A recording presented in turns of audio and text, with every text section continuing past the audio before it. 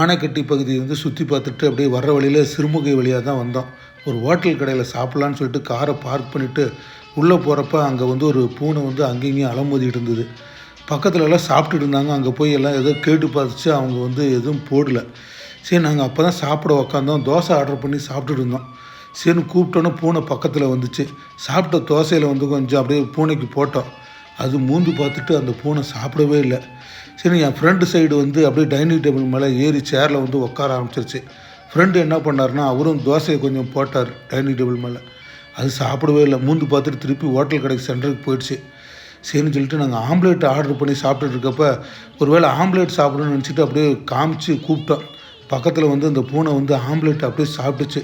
பரவாயில்ல, நான் எங்களுக்கு வாங்கின ஆம்லேட் வந்து அந்த பூனைக்கெலாம் கொஞ்சம் பிச்சு போட்டு, பாவம் பூனைக்கு வந்து பசியாட்டுக்கு. ஆம்லேட் சாப்பிட்ட பூனையை பார்த்துட்டு டைம் ஆச்சுன்னு சொல்லிட்டு அப்புறம் அங்கேருந்து அப்படியே கிளம்பிட்டோம்.